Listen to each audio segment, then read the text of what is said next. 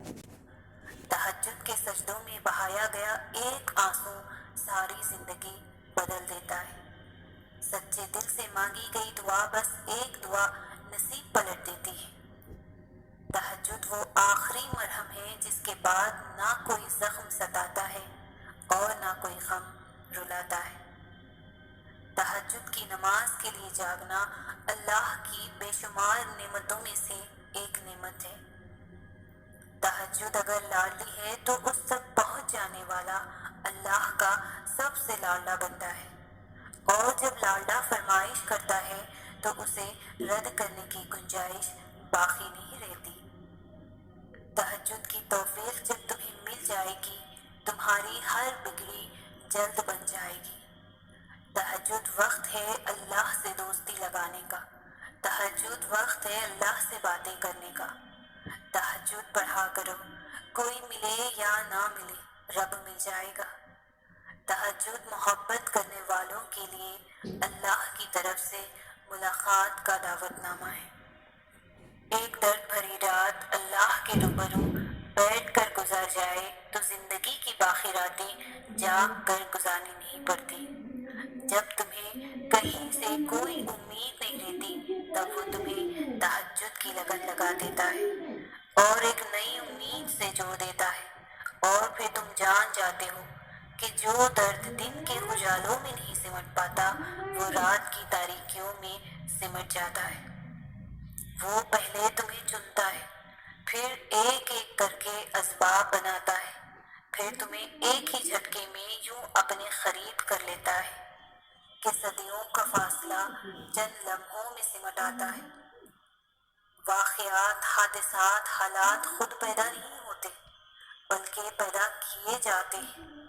کسی کا زندگی میں آنا یا چلے جانا اتفاق نہیں ہوتا، ہر چیز میں وجہ مصلحت پوشیدہ ہے۔ تم جب خود اس کی طرف نہیں جاتے تو تمہیں اس کی طرف کھینچ کر بلایا جاتا ہے تاکہ تم اس افضل بحر میں اٹھ کر اللہ کو منا سکو جس میں مانگی گئی دعائیں کبھی بھی رد نہیں ہو سکتی۔ یہ طلب اس لیے پیدا کی گئی ہے تاکہ اللہ تمہیں اپنے بے حد قریب کر سکے۔ تمہیں کیا لگتا ہے جب رات سونے کے لیے بنائی گئی ہے اور ہر شخص سکون کی نیند سو رہا ہے تو تمہیں بلا وجہ ہی تڑپ اور محبت جگائے ہوئے ہے؟ نہیں، یہ طلب اللہ کی طرف سے ہے۔ ہر چیز نصیب کا حصہ ہے، پھر چاہے وہ غم ہو یا خوشی۔ ہم سوچتے ہیں کہ ہم خود اللہ کی جانب جاتے ہیں، حالانکہ ہمیں تو اس کی جانب بلایا جاتا ہے، کبھی گرا کر اور کبھی سنبھال کر۔ تم خود تہجد تک نہیں جاتے بلکہ تہجد کو تم تک لایا جاتا ہے۔ تم سجدوں کو نہیں چنتے بلکہ تمہیں سجدوں کے لیے چنا جاتا ہے۔ صبح کے 4 بج رہے تھے، وہ تہجد پڑھ چکی تھی اور وہ اپنے رب سے دعا کر رہی تھی، یا اللہ میں تنہا ہوں، میری مدد کر۔ میرے رب، مجھے ایسا لگ رہا ہے کہ میں کسی گہرے کالے سمندر میں پھنس چکی ہوں، میرے ارد گرد صرف اندھیرا ہے، مجھے صرف اس سمندر کی تیز لہریں سنائی دے رہی ہیں۔ یا اللہ، میں ڈر رہی ہوں، مجھے خوف ہے یہ لہریں مجھے ڈبو دے گی، مگر میرا یہ ڈر تجھ پر یقین سے بڑا نہیں ہے۔ میں تجھ سے نا امید نہیں ہوں، میں جانتی ہوں تو مجھے اس سمندر سے نکالے گا۔ یا رب، میرا بس تو ہی تو سہارا ہے۔ میرے مالک میری مدد کر۔ وہ روتی ہوئی سجدے میں گر گئی اور اس کی سسکیاں بتا رہی تھی کہ اس کی دعا عرش تک پہنچ گئی ہے۔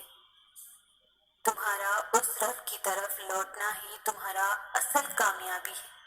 ہزار دکھوں، بے حد ٹوٹنے کے بعد، ہزاروں تکلیفوں کے بعد بھی اپنے آپ کو مایوس نہ ہونے دینا۔